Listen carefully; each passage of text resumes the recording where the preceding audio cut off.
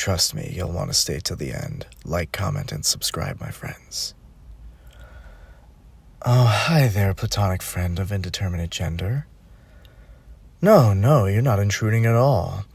I was just watching Teletubbies reading the Bible, but I'm never too busy for you. You know what I love? Rice. I love rice, don't you? It's just so flavorless and bland and completely, totally inoffensive. At first glance, you might say there's nothing exciting about rice, but then you realize there's nothing harmful about rice, which is basically the same thing. Okay, maybe it doesn't appeal to anyone, but think of it this way. It doesn't upset anyone, which is basically the same thing. There's just something so beautiful about things like rice and oatmeal and air and the color beige. No, it's not my favorite color. Is it yours? Exactly. No one's favorite color is beige. That's why beige is the best color. Let me explain. If you go around asking people what's your favorite color, everyone's going to have a different answer, which is bad. It's very, very bad. It's bad, okay? It's very bad because when people have different opinions, that means that they don't agree on something. And when they don't agree on something, they disagree. And when they disagree, that's when they start debating and arguing and fighting. And it makes me really uncomfortable, anxious, and scared, and I don't like it! I don't like it! But if you go up to someone and ask, is your favorite color beige? Then everyone, without exception, will say, no. Huzzah! World peace! We did it! All we had to do is paint everything beige and eat rice. Always. Isn't it great having the whole world in perfect, harmonious mediocrity? Now everywhere we go, everyone has a big old expression on their faces as they eat their beige rice and sigh in unison, meh. Some people are glass half full types, others are half empty types. I see the glass as 100% full of glass. So instead of arguing and labeling ourselves as pessimists and optimists, let's just sit down and talk about glass for a while. Because that's a safe topic to discuss, right? I mean, it's glass. There's so many interesting things we can discuss about glass,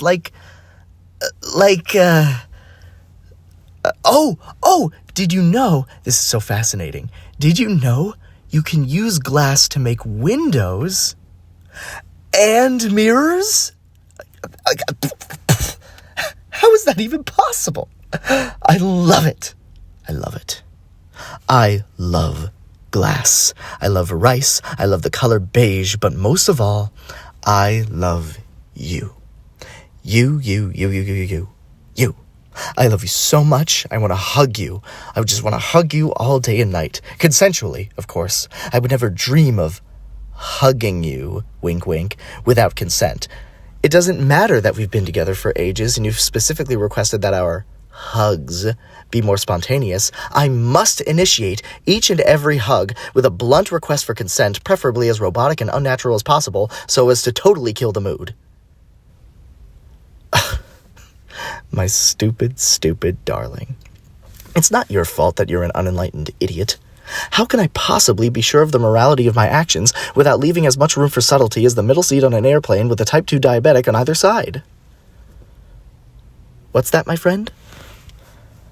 You want us to go further than hugging? Whatever do you mean? What greater intimacy could you ever hope to share with another person than a consensual hug with your platonic friend of indeterminate gender, fully clothed, of course, fully clothed, wearing no less than 3 layers of the poofiest turtlenecks money can buy?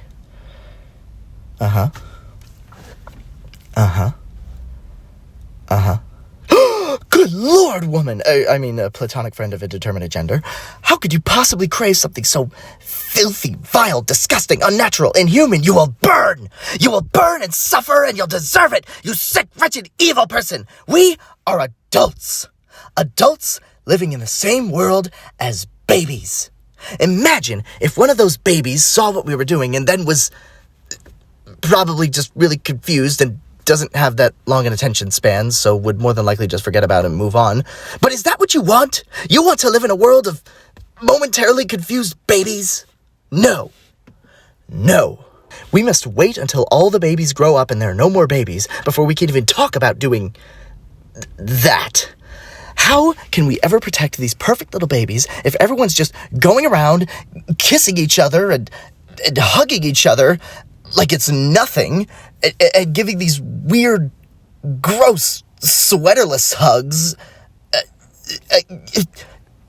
What about this is so hard to understand? I love babies, so stop making them. What if a baby walked in on us right now? What would you do? No, there are no babies in this house. Why?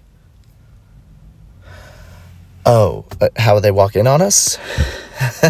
That is a good question. Because I leave the door open. I always leave it open.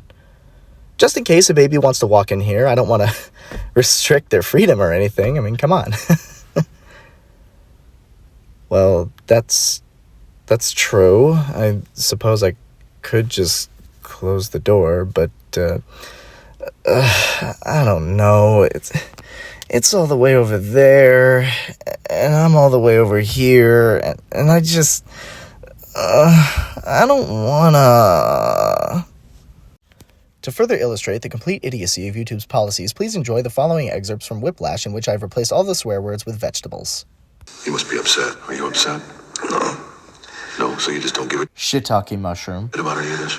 Do you give a Shiitake mushroom. about this? Are you upset? Yes or Fava beans. no? You are a worthless, friendless, Cabbage. flip little piece of Spinach. whose mommy left daddy when she figured out he wasn't Eugene O'Neill, and who is now weeping and slobbering all over my drum set like a Fava beans. 9-year-old girl.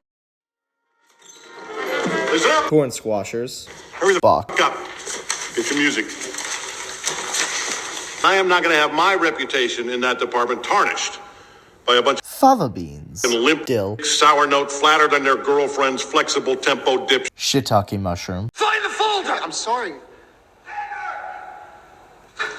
Jalapeno fava carrot. Where have you been? I gave Neiman the folder, and Neiman lost it. The folder is your Fennel. responsibility, Tanner. Why would you give it to Neiman? Right? You give a calculator to. Fennel radish. He's going to try to turn on a TV with it. Now get your sticks and get your Asparagus. on stage.